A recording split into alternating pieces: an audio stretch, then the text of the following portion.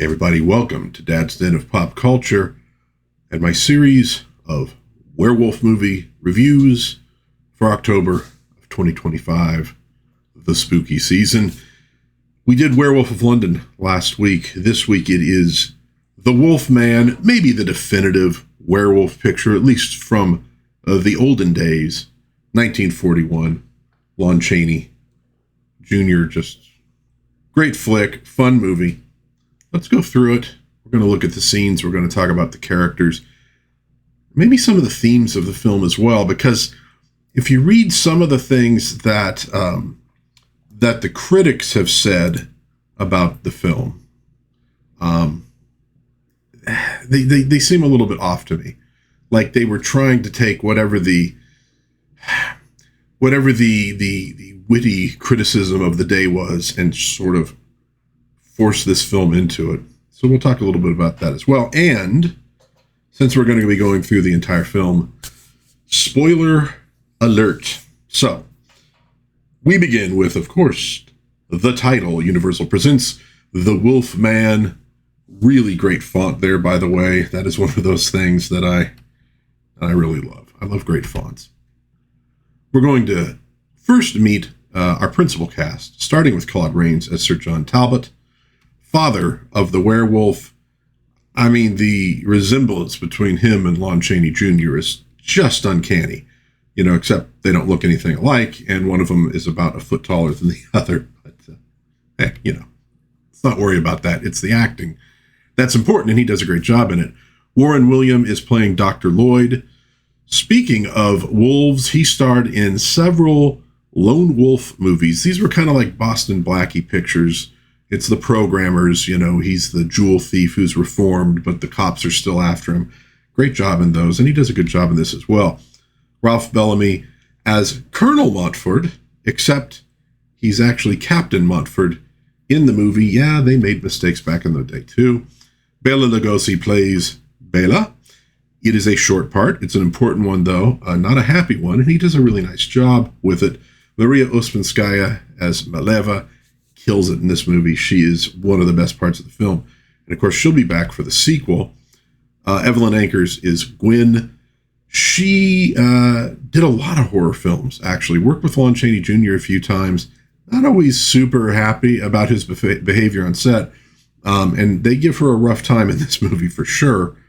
And, of course, Lon Chaney Jr. plays our hero, if you want to call it that, Larry Talbot, a role he would come back to many times, including Abbott Costello Meet Frankenstein. Be the last time he plays the Larry Talbot character. Produced and directed by George Wagner. He directed 10 episodes of Batman. He did a lot of films too, but the Batman thing is what got me. And as soon as I read that, I'm like, oh God, yeah, that's right. I have seen his name on there a lot.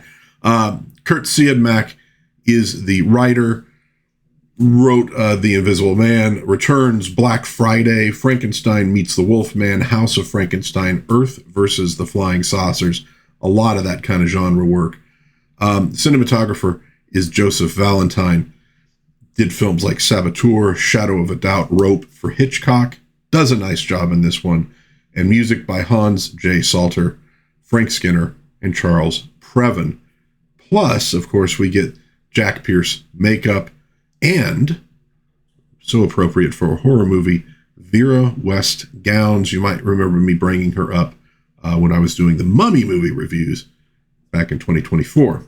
So, interesting way to begin a movie, but a hand picks a book up off a shelf, opens it to a page with a description of werewolves. Lycanthropy, werewolfism, a disease of the mind in which human beings imagine they are wolfmen. According to an old legend, which persists in certain localities, the victims actually assume the physical characteristics of the animal. There is a small village near Talbot Castle, which still claims to have had gruesome experiences with this supernatural creature. You had Werewolf of London about a few years before this. Werewolves were known, I think, but they weren't maybe as well known as some other monsters, so maybe they figured it'd be helpful for the audience to see something like that. Well, we're then whisking along a highway in a roadster heading for Talbot Castle. It's only a model. And Larry is greeted by his father. And again, if this little dude is his dad, his mother must have been enormous. In this scene, he also is going to meet Captain Montfort, the constable. And then they walk into the living room, and Larry looks at a portrait. This is his brother, John, who has passed due to a hunting accident. One has to assume that they were twins, because that's more than just a family resemblance.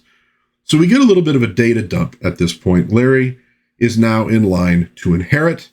As the younger brother, he left home to seek his fortune in America, thus his American accent. He was away for 18 years. Dad is sorry that it took this to bring him back home, but Larry tells him that, he kept track of the goings-on and was proud of him for winning a scientific prize. So, do we have some kind of problems between father and son? Doesn't appear that we do at this point. This is going to be important, in my opinion, when we think about some of the criticisms of this film. We also learn that Dad has turned the attic into an observatory.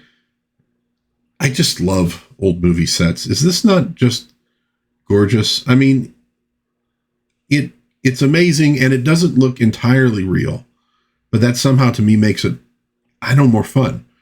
It's kind of like, with magic, the trick is a trick, but it looks so real. And that's part of the fun of it. Old sets, I just love them. They don't necessarily look real, but the amount of work that went into them is just incredible. So while Larry is playing with the telescope, and I say playing, he's actually trying to adjust it and fix it because he's good at mechanical things. He happens to hone in on a beautiful villager named Gwen, as we mentioned before, played by Evenlyn Ankers. Larry isn't interested in astronomy, but he does know what he likes, and this inspires him to head into the village to seek out this girl. Now, already we're seeing a difference between Larry and the protagonist of Werewolf of London. That protagonist, the scientist, is a very driven man, neglecting his wife. He would become jealous of her. Lots of psychic baggage with that dude. Larry is a pretty happy-go-lucky guy. No real resentments. His does not appear to be a sort of beast from within sort of story, like, like he's got all these repressed angers and stuff, and they're going to come out. And a lot of critics seem to want to point to that. I think, frankly, it was kind of lazy criticism. Really does not seem to be what's driving this character. Larry opens his dialogue with this woman when he gets into the village and meets her by bringing up a pair of earrings that she had on in her dresser, or had on her dresser, I should say, in her room. Okay, it's a little creepy, but it's kind of meant to be harmless flirting. He's just kind of messing with her. Yeah, sometimes guys will do that just to get, the attention of a woman. It's nothing, weird is meant by it. We're just trying to sometimes get a rise out of a woman because that makes a connection. He jokingly claims to be psychic as they speak, and he ends up buying a cane. Now, the cane bears the head of a wolf and a star, something Barnabas Collins might go for. If you're a Dark Shadows fan, you know what I'm talking about. Now, Gwen explains that it is the sign of the werewolf and what a werewolf is. So we got the explanation at the beginning. Now she tells Larry what it's about. We learn that every werewolf is marked with a pentagram, and he sees it in his next victim's hand. A key here, and it isn't too deep, is that Larry is an American, and he represents modern scientific America. He doesn't follow the old world procedure for courting a woman. He is a little bit of a wolf, but he, again, doesn't, go too far with that. Doesn't believe in old superstitions. He's good with machines. His dad is a scientist as well. You find something very similar in the John Ford film, The Quiet Man, with John Wayne.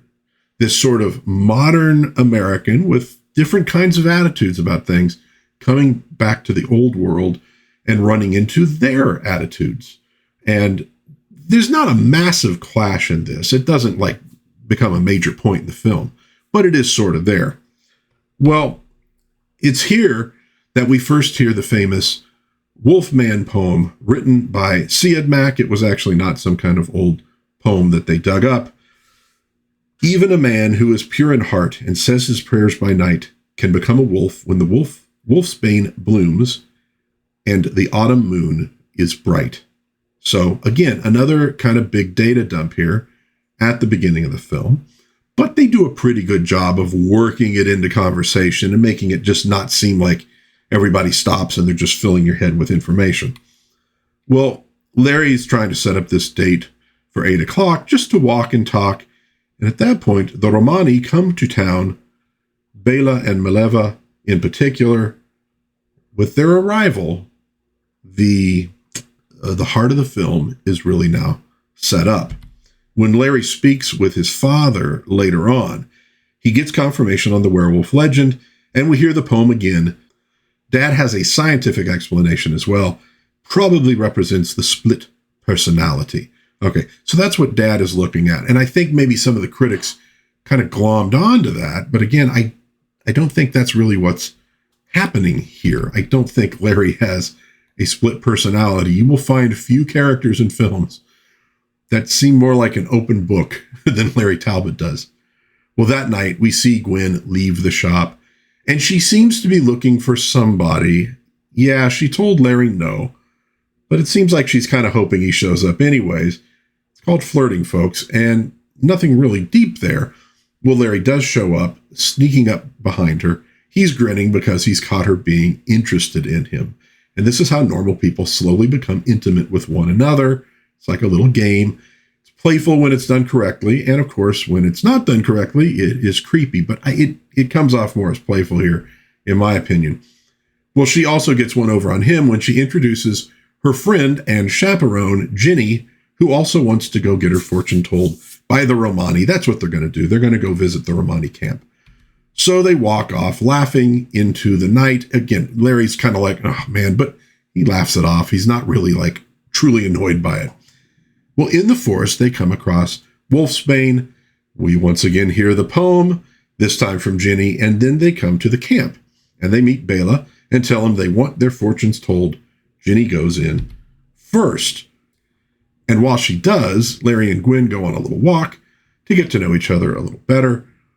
On the walk, Larry comes clean about the telescope, and Gwen lets him know that she's engaged and will be married soon. Not exactly the news that he wanted yet. She has shown interest in him. Larry, like I said, he's a little bit of a wolf. I wouldn't necessarily aggressive, but not in a really bad way. It's not overly so, but he definitely, well, you know, it's kind of a love at first sight thing, and he's really trying to get the opportunity to win her heart.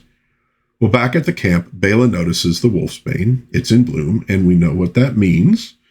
Kind of looks like he's doing Carson's Karnak routine there, but what he actually happens is he looks at her palm, and he sees the pentagram and knows she is his next victim. He tries to usher her out of camp. Now, Ginny runs from the camp, and Mileva sees her son Bela looking distraught, and she knows what is about to happen. As Ginny runs through the woods, she hears a wolf howl. So do Larry and Gwen. And then they hear a woman scream. Now, Larry rushes off to investigate and ends up fighting with Bela in his wolf form. And he kills him with the silver-headed cane. But during the fight, he is now infected with lycanthropy. The dog in these scenes was actually Chaney's pooch. And that's why they're able to roughhouse without it being a problem. I just think that's kind of cute. Well, Larry stumbles away from the fight, leaving behind the bodies of Ginny and Bela, while Gwen searches for him, finds him, holds him in her arms. So it's very nice. It shows that, you know, there's at least some kind of connection there between them. Well, they're found by Mileva, who was out looking for Bela, and she helps Larry into her wagon and takes him home. When she hears that a wolf bit him, she knows all too well what that means for him. When they get to Castle Talbot, Larry mutters something about Ginny, and then a villager bursts in with news that she's been found murdered. I think we're getting the very well-worn, but also very relevant theme of many science fiction and horror films. The warning to modern man that there is more out there than you think. Your science is not, as expansive as you think it is. Don't be so quick to just ignore the wisdom of your forebears. Well, at the crime scene, Ginny is found to have been killed by a wolf bite, but they also discover the body of Bela, beaten to death, and of course Larry's very unique cane. Well, Larry awakens the next morning, soon meets Dr. Lloyd with Dad and Captain Montfort in attendance. He's confused with the stick and the apparent murder of Bela, but he insists he only saw a wolf. When he shows where he was bitten, there is no mark. Now downstairs, Sir John, Captain Montfort, and Dr. Lloyd talk things over. Interesting staging here. I like how they did this. Again, a great looking set. Montfort really doesn't suspect Larry, but two people are dead, and the clues point towards him. They explain away the clues, but Montfort isn't convinced. Lloyd thinks he is mentally disturbed from the shock and doesn't want him questioned until he is in better shape, and Montfort agrees with that. We next see the interment of Bela with Larry in attendance. He's kind of hiding back there, though, and the villagers already think that Larry killed Bela. In the crypt, Larry sees Maleva. She speaks to a priest who also rails against superstition, so it even is kind of saying, look, even your modern church is poo-pooing the old ways, but again, there's more out there than you might think. I do think that it's key here how Larry hides behind the pillar, discovering, so to speak, the deeper mysteries as he overhears what Maleva says. Also note that Maleva says that Bela walked a thorny path through no fault of his own. Maybe a little bit of Christian allegory there. The story in this film, like I said, is a simple one. It could be a mystery about whether or not werewolves are real, but the werewolf on the movie poster pretty much gives that away right off. It's really more about the shock of the audience seeing a werewolf come to life on the movie screen, the shock of the unknown, that which cannot be true, being true, destroying you. I mean, that's kind of a scary thing. Secrets that destroy your world and your world view. And I think what makes it interesting is that rather than it being like some deep emotional thing from Larry, he's a friendly, decent guy. And just like with Bela, through no fault of his own, this has happened to him. It's kind of like, yeah, sometimes these things can come out of nowhere and get you, and it's a tragedy. And they kind of lean into that, in my opinion. The scene ends with Larry crying over Bela's coffin. Well, we next see a confrontation between Ginny's mother and Gwen's father. She accuses Gwen of being a hussy, leaving her daughter alone with the Romani, etc. Larry's arrival breaks it up, and he's very angry over these accusations against Gwen. Larry tells Gwen the whole story as best he knows it. At this point, her fiancé shows up with his dog.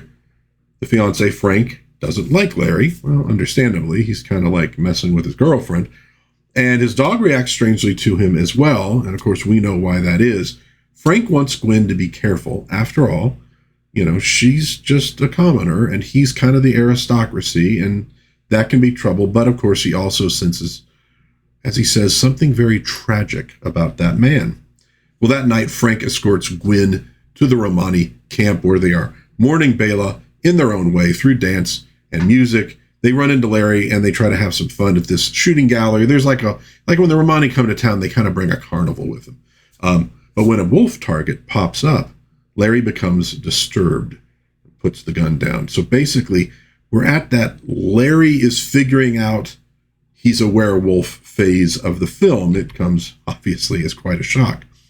Well, Larry hurries off, and he's intercepted by Maleva, who informs him of the truth. Bela was a werewolf. Now you are a werewolf. She gives him a charm, a pentagram, the sign of the wolf, to break the evil spell. He refuses at first, but ultimately takes it and is told to wear it over his heart always. Go now, and heaven help you. Through all of this, he is being observed by Montfort and his father. Maleva then informs the other Romani that there is a werewolf in the camp, and they begin breaking camp in the middle of the festivities. Time to get out of town. Well, as Larry leaves, he runs into Gwen. She quarreled with Frank, and so he offers to take her home. And she notices the charm, and he tells her about Mileva and that she said he was a werewolf. I mean, this dude is really amazing at small talk. And I really love the use of the tree here as this frame in this shot. It's really beautifully done. Well, Larry decides he's going to ignore Mileva and give the pendant to Gwen to protect her. Okay, that's important to understand about his character. He'd rather she be safe than he be safe. He starts to get a kiss in return, but it is interrupted by the Romani packing to leave. Gwen, flustered, uses this as a chance to get away. So she's not quite there yet with this guy, but clearly she has some feeling, some attachment to him. We then go into this dreamlike sequence here that Larry's kind of imagining all this stuff, and then we flash to him running into the castle to his room, and the change begins. We go through the transformation sequence, but only showing his legs becoming hairy. He stands, he walks, of course, kind of on tiptoe, and then we see him walking through the misty woods. The camera slowly pulls back, and then we finally see the werewolf in all his glory. He spies a gravedigger, and he attacks. The village awakens to the sound of howls. Captain Montfort and assistant rush to the churchyard. All they find is the deceased gravedigger, of course, severed jugular, the same way Jenny Williams was killed. And they find wolf tracks. Now, the next morning, we see muddy wolf prints in Larry's bedroom going from the window to his bed. Larry awakens confused. He soon realizes that it's all true. He is a werewolf. And where the wound was on his chest, now there is this emblem of a pentagram.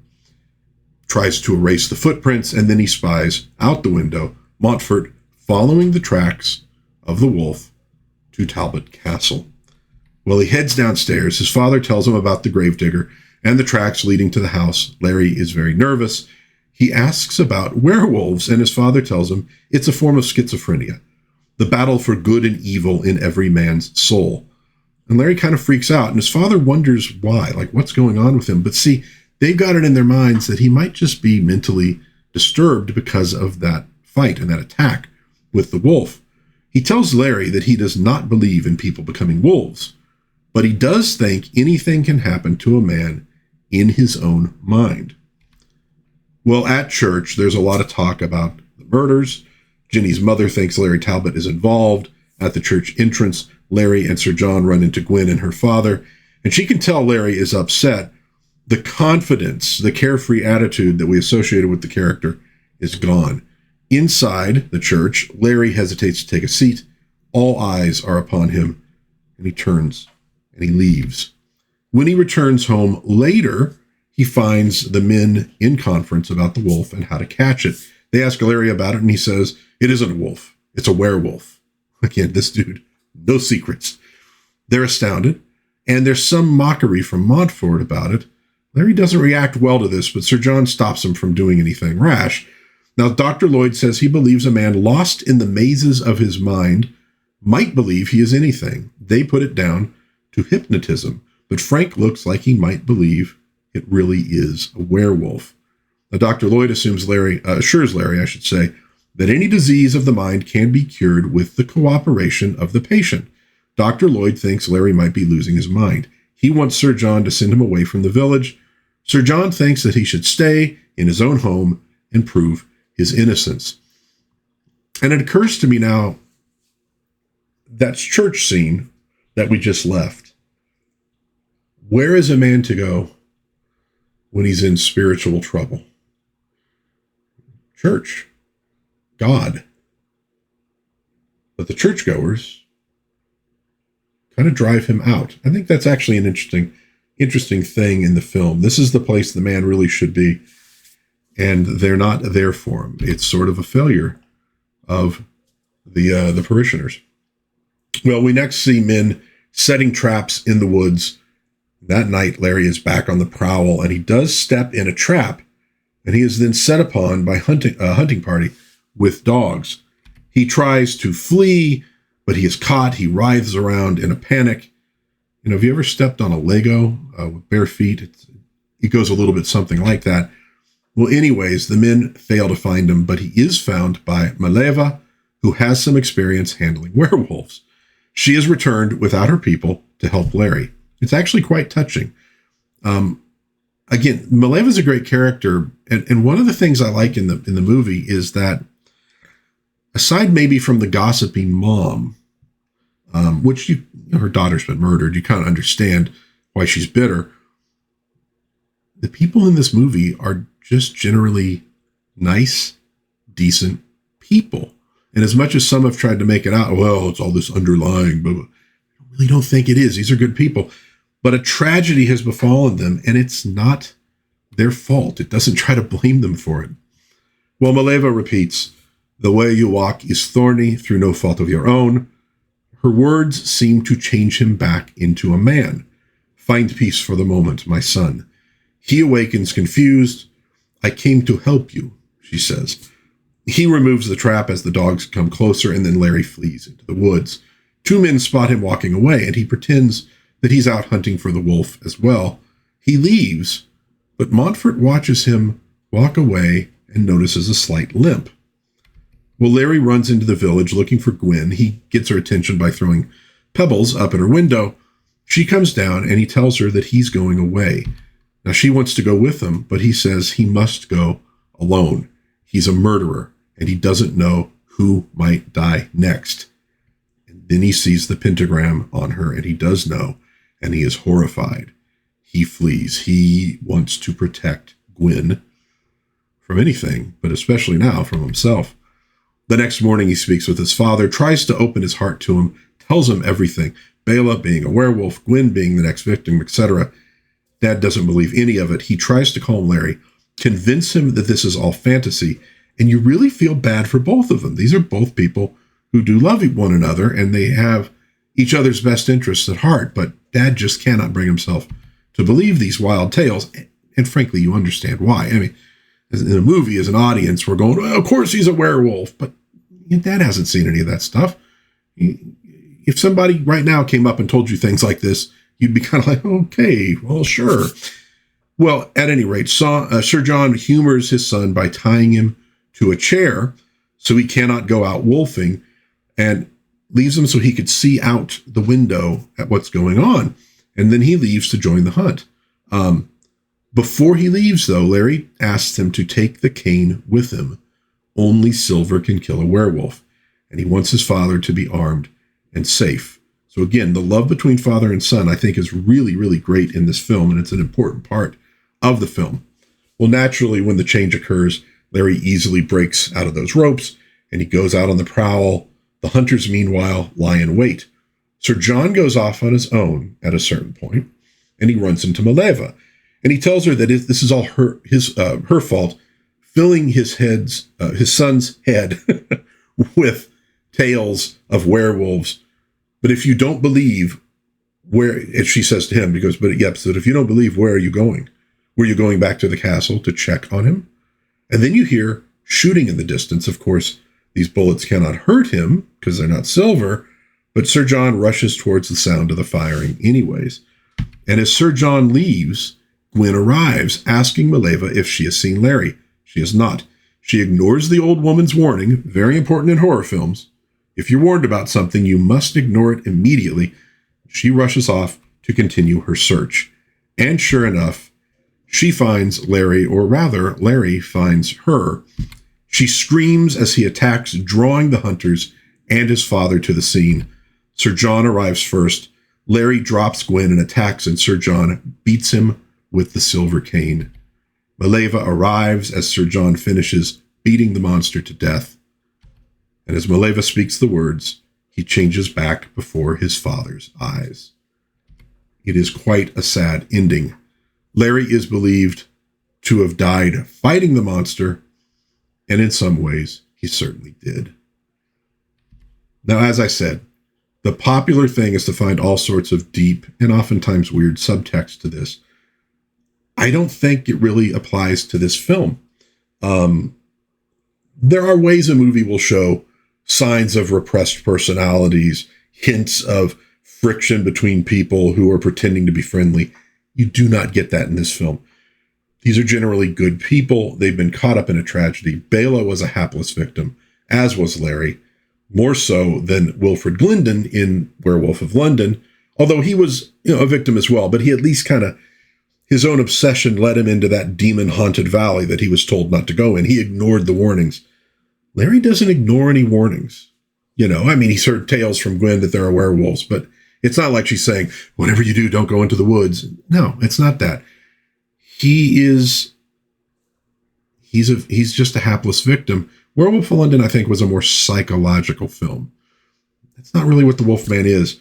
Larry feels as though he's going mad, but in fact, he is not.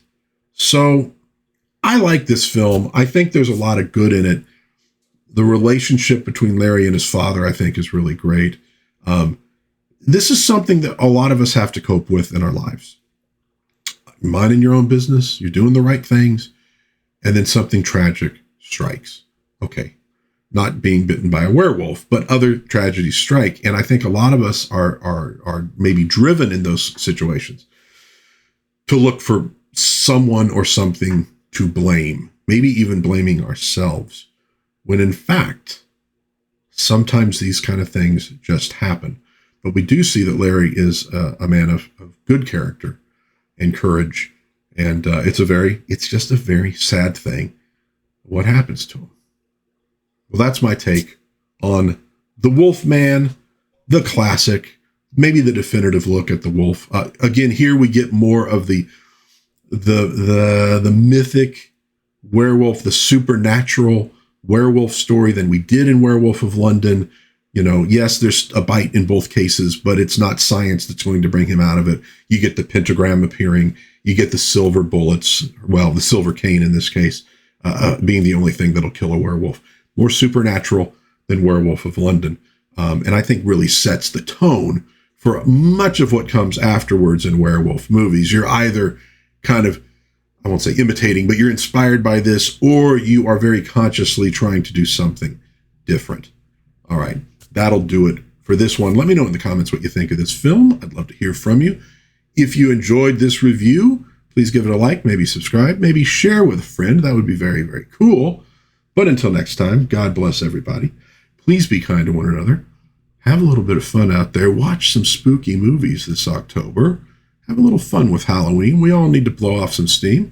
And I will hopefully see you again soon in Dad's Den of Pop Culture.